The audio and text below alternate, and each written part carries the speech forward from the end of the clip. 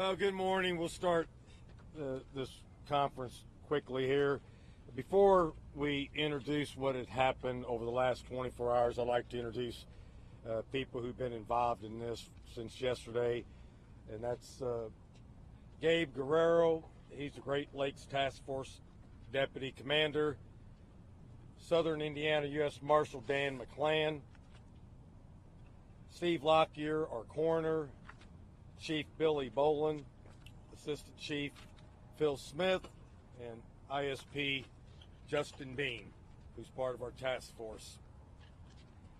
As everybody knows, we're here today because we were seeking out this particular fugitive from Alabama who had been in on a capital murder offense and had been in Evansville for approximately 1 week. We were fortunate to have cooperation from law enforcement from Alabama, Mississippi, our U.S. Marshal Task Force, which is comprised of members of the Sheriff's Office, the Indiana State Police, and the Evansville Police Department, and the U.S. Marshal Service. Because of all the resources, we received a lot of tips. We got some good surveillance videos that showed a pickup truck that had been left at a car wash, and then a subsequent vehicle that they took and escaped in from the car wash, which was a Cadillac.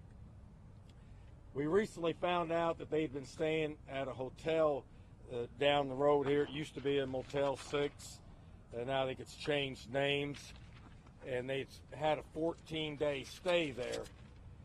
We were fortunate that during our investigation yesterday, an Evansville police officer who was just doing his good diligence of patrolling and being smart noticed the vehicle in the parking lot of the hotel and notified us immediately.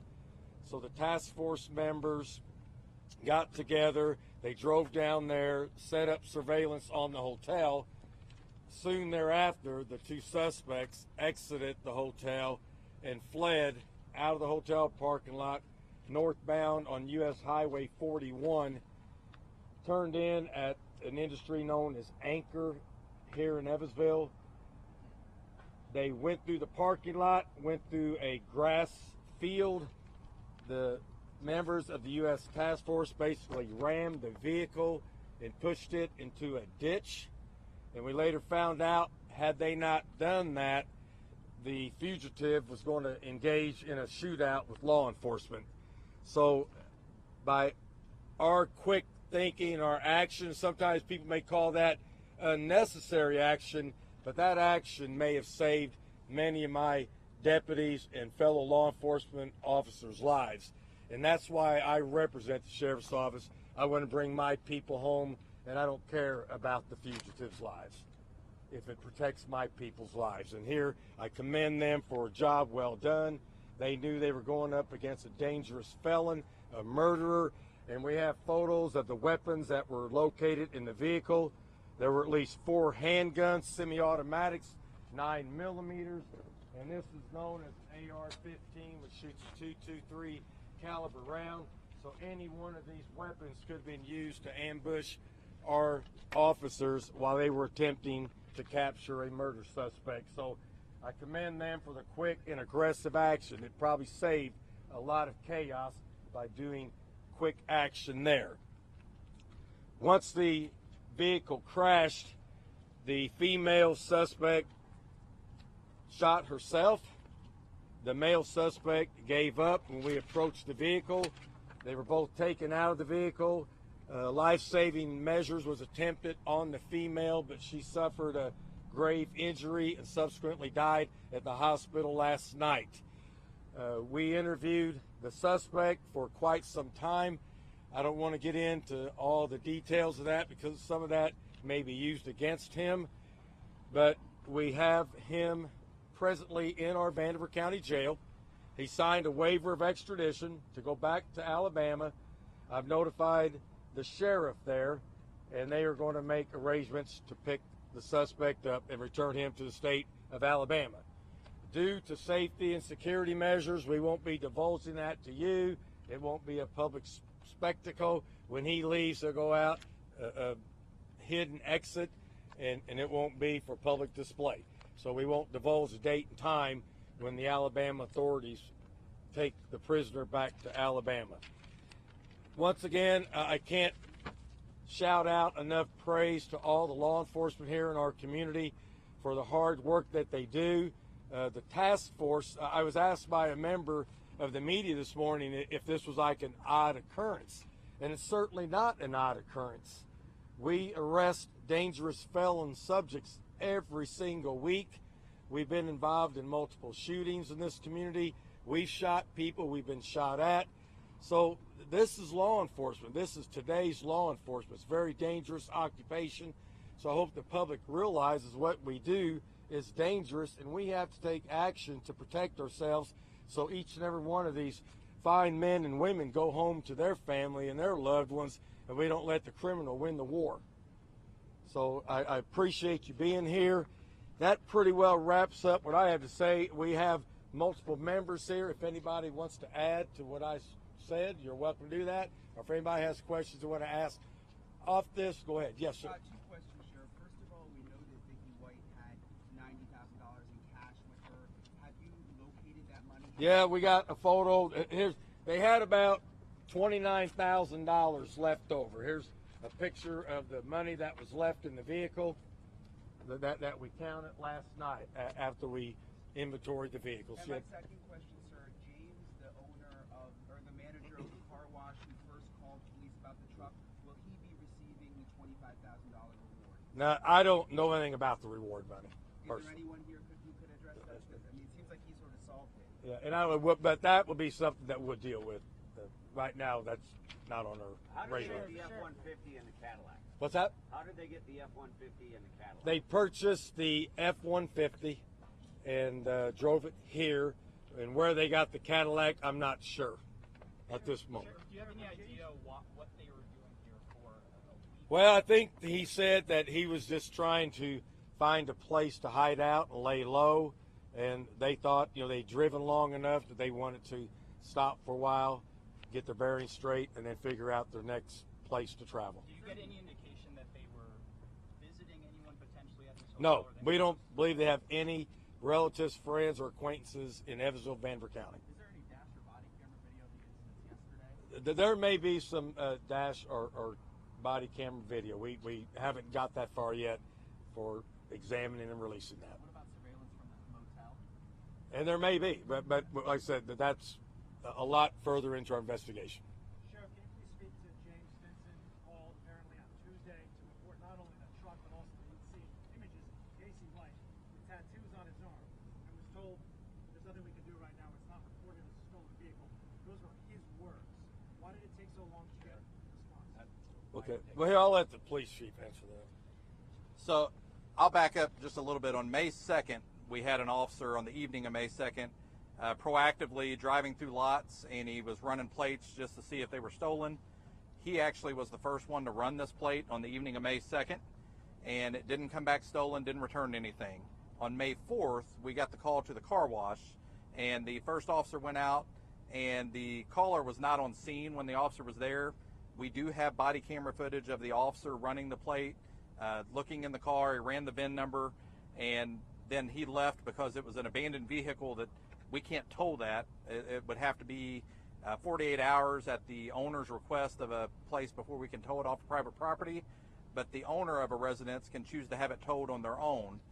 He called back a couple hours later and had not seen the officer on scene, so we sent another officer back out, met with him. The second officer that went out also ran the info and explained the process to him, that we would have to wait 48 hours before we could tow it, but if he wanted to tow it on his own, he could. And that's when they towed the vehicle, was on May 4th after that second run. From everything we've seen, there was no mention that this was connected to Alabama. On the 911 Gives Hope, or 911 audio, there was no mention that it was connected to Alabama. So at that point last week, there was no tie at all to this being involved with anything out of state. There was no mention to it being connected with them. So it was just an abandoned vehicle for us at that point. Did Casey White explain why he stopped at the car wash? No, there's no reason. He just happened to pull in there. I think he's going to try to ditch the vehicle there. Can you clarify the 14-day stay? They were only gone for about 11 days, so you said a 14-day. That he had paid 14 days stay at the hotel. He paid in advance? What's that? Yes, yes. Uh-huh. Sheriff, did he give you any sense of an end game? Did they have somewhere they were headed to? Say that again? Did he give you any sense of an end game, of place they were headed to? No. No, they said they were just trying to contemplate where they could go and kind of be discreetly away from the public's eye. Did they have any disguises? Did they have any disguises with them? Wigs. They had multiple wigs. Sheriff, presumably he was in this area since the day. We're in this area presumably since May 3rd, almost a week. What other interactions have you been able to trace? If they were here that long, surely there were other businesses or whatever that they would have. Well, to that point, just like yesterday, there's hundreds of tips that come in. Someone claims they've seen the suspects, but we've had people claim they saw them in Richmond, Indiana, and we just go through every single tip. But from my standpoint, we've got the case solved. We've got a person deceased, and we have another person in custody headed back to Alabama. That's my concern. Hey, Sheriff, when we heard that when he was getting pulled, when he was coming out of the car, he said, "My wife is dead and I didn't do it." Do we know if that's true, and were they married? They were not married. They shared the same last name. In our preliminary investigation, we don't believe he shot her, but once the coroner examines the body through a pathology, he can make a determination of that. Sheriff, how do you know that he was aiming Casey White to have some sort of violent confrontation with police? Obviously, you showed that arsenal of weapons inside the car. Did he express in your interviews with Casey any desire to do that? Yes, he said that he was probably going to have a shootout at the stake of both of them losing their lives. Sheriff, did they have a plan? Were they trying to get somewhere? Obviously, he wanted to escape. Their plan was pretty faulty. They're criminals. Their plan was faulty, and it failed. Thank God. Say anything about why she shot himself? Well, no. And once again, what was going through her mind, I have no idea. Sheriff, did he express how long that relationship had gone on between the two? And that's under our investigation. We're not going to divulge that right now. Sheriff, did he express any remorse for her death? No. Did you get the sense they were actually doing this together? He was not forcing her in any way. Right. No, he was not forcing her. It was a mutual relationship. Sheriff, can you clarify where she shot herself? Well, we'll let the coroner talk about that after the pathology this afternoon. When is that coroner's report expected? Well, we think this afternoon. Well, we're going to initiate this afternoon. Yeah. The autopsy will be conducted this afternoon, and they'll put a report out when they're ready. Hey, Sheriff, if you don't know how they got the Cadillac, how did you guys know to look for a Cadillac?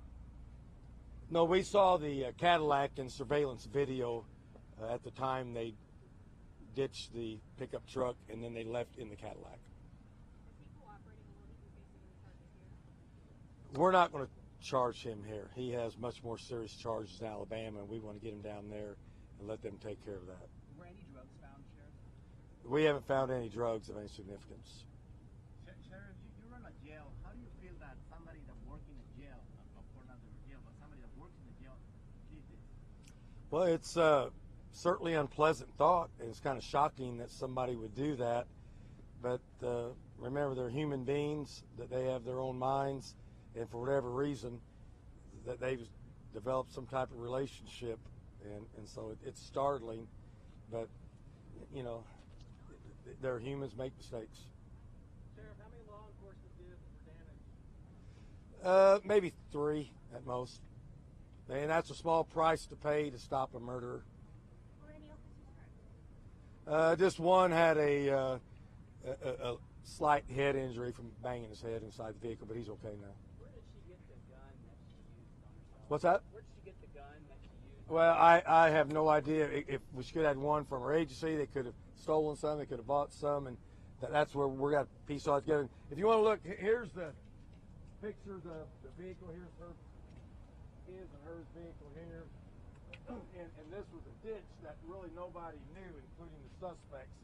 But this ditch actually helped us in the pursuit.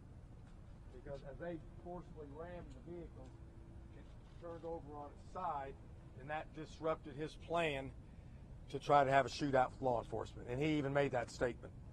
I want to ask you, this has been a whirlwind couple of days for local law enforcement here in Evansville. I know some things like this don't happen very often. Right. Can you speak to that, just kind of what this was like for your department, as well as maybe really going to try and hear the members of the Evansville Police Department and maybe the collaboration between everyone here? Well, you remember, in law enforcement, you can be a town like in Posey County where a deputy was shot in the head. You can be in New York City. You can be in Evansville, Indiana. Crime's everywhere. Unexpected crime, violent crime is everywhere. So we never go to work thinking we're not going to encounter an unusual or serious situation. Like I said, our task force members routinely go out and arrest violent felons, murderers, and they get shot at, and they get attacked, and they get resisted. We get involved in pursuits. We're in a very dangerous occupation.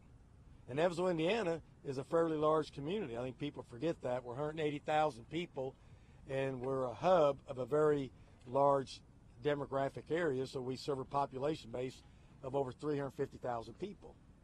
And it's conducive for criminal activity. And we have to prepare for that every single day. Sheriff, do you know anything about the provenance of any of those weapons? Is it possible that any of them were part of her service as a corrections officer? It could be, but right now we will continue our investigation, but that's the least of my worries at this time. But we will try to find an origin for each and every one of these weapons. And during his cooperative interview last night, did he say anything along the lines of who planned this and how much planning went into it? Yeah, but I'm not going to get into the interview with the detectives. What about the money? Where did the money come from? Do we know that? Well, she supposedly maybe sold a home before she left town and got a large sum of money from that. Was there any negotiation with Vicky before she shot herself? Was there what? Any negotiation? Did you have any communication before she shot? I think she may have had a little bit of communication with our dispatch, possibly. I wasn't aware of it 100%, but I think she may have been talking to our dispatch. Sheriff, is that a police ordered issued taser there in that photo? That's from her duty belt. This is her duty belt she wore as a confinement officer, correction officer in her home state of Alabama. Hey, Sheriff, She just took that with her when she left. and were those in the hotel room or the car? The guns. In the car? In the car. They were in the vehicle. Hey, Sheriff, after you guys seen the initial video at the car wash, what was the indication? How did you guys figure out that they were still maybe in the area? Well, it was a long, drawn-out process, like the police chief said. It's just bits and pieces of information kept coming in and tying things together, and it wasn't till over the weekend where it looked like more of a possibility that they had been here for sure. And once again, after 6 days, it was just hard to believe they were here. I wouldn't think somebody on the run would stay in a community like Evansville for 6 days. But we brought the resources in and continued our investigation based on the information we had.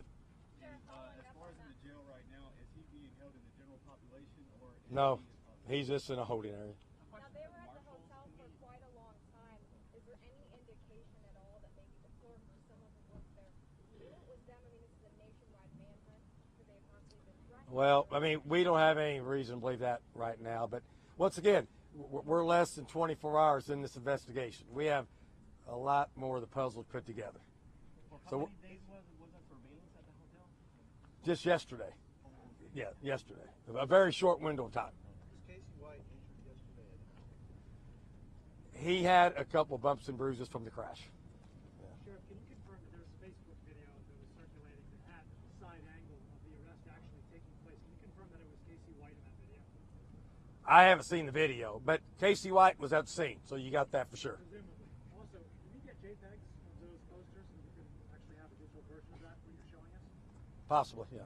Sheriff, what was the approximate time after the crash that Vicky shot herself? I think it was almost instantaneously. Before our deputies and task force members got to the vehicle, she had shot herself. I know you said it used to be a Motel 6. Can you say the actual name of the hotel? Yeah, I got it written down here. Motel 41. Yes, probably less than a mile south of here. North, Dave, it's actually to your left. Oh, I'm sorry. Yeah, I'm sorry. I apologize. To the left. I'm sorry. Was that F-150 pre-purchase She had bought that vehicle. Yes. in Tennessee or Alabama? I don't know where she may have bought it in the state of Tennessee. I'm not sure. But did she purchase it ahead of the escape? No, I think after. Sorry, the marshal said that car was actually purchased by Casey White for $6,000 in Tennessee, same day they escaped. Is that not accurate? That's probably accurate. Sir, can we see you hold the shot of Casey one more time?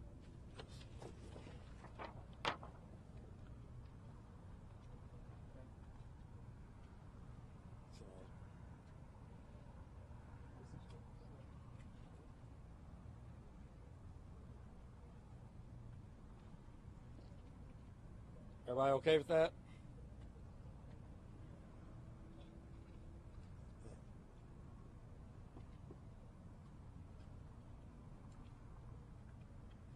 And I know you've asked a lot of questions, and as the sheriff, I think they're good media-related questions, but we're trying to take dangerous people off the street, and so a lot of the where they bought the car and where they did this and that is a minor concern versus us getting them off the street and making our community safe. Now, this investigation will go on maybe for weeks, and we will uncover things in the future that we don't have at this time. But like I say, we're less than 24 hours from the time that we were involved in pursuit and a serious crash and somebody losing their life. Sheriff, which agencies are involved in the investigation at this point? Several. We have the United States Marshal, the Indiana State Police, the Evansville Police Department, the Vanderbilt County Sheriff's Office, many members of law enforcement from Alabama, Mississippi, some members of the FBI, and probably agencies in between. So there's plenty of agencies involved.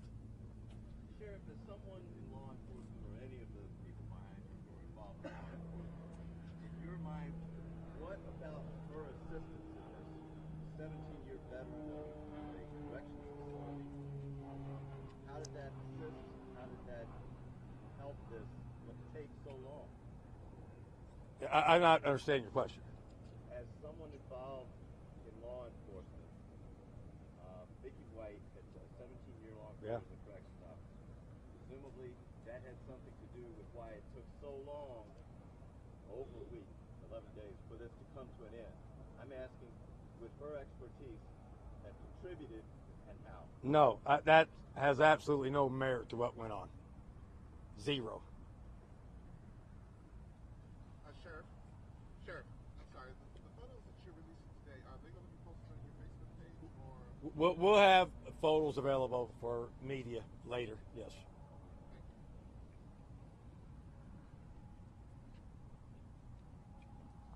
Does anybody else need comment? Anybody have anything you want to say, or anybody have any questions of the other law enforcement leaders here? Sheriff, is it possible to see the vehicle? No, not to see the vehicle in person. No. What about like the wigs or any of that? What's that? Do you have a picture of the wigs or any of that? The wigs thing? I don't know if we do. If we do, we can maybe release that. That's not a big deal. It's a wig, a standard wig. This? Oh yeah, sure. You guys want to take those over there?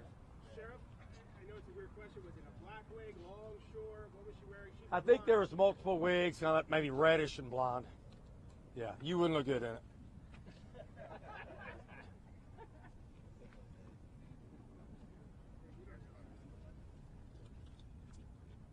Well, we thank you. If everybody needs any other questions from anybody, everybody will be mingling around for a while.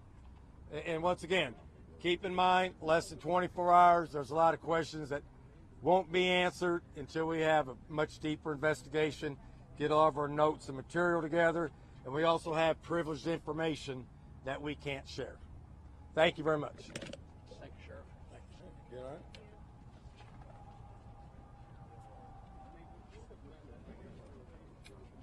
All right. Hey, good morning, everybody. This is Tanner Brown, Sheriff. Live on Sheriff. News conference